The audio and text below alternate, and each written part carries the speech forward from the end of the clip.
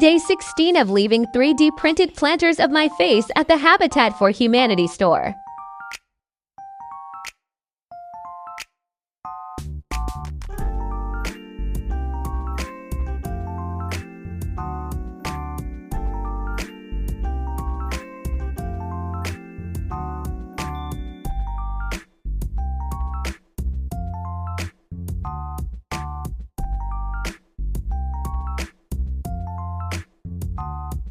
Decided I should be in the showcase.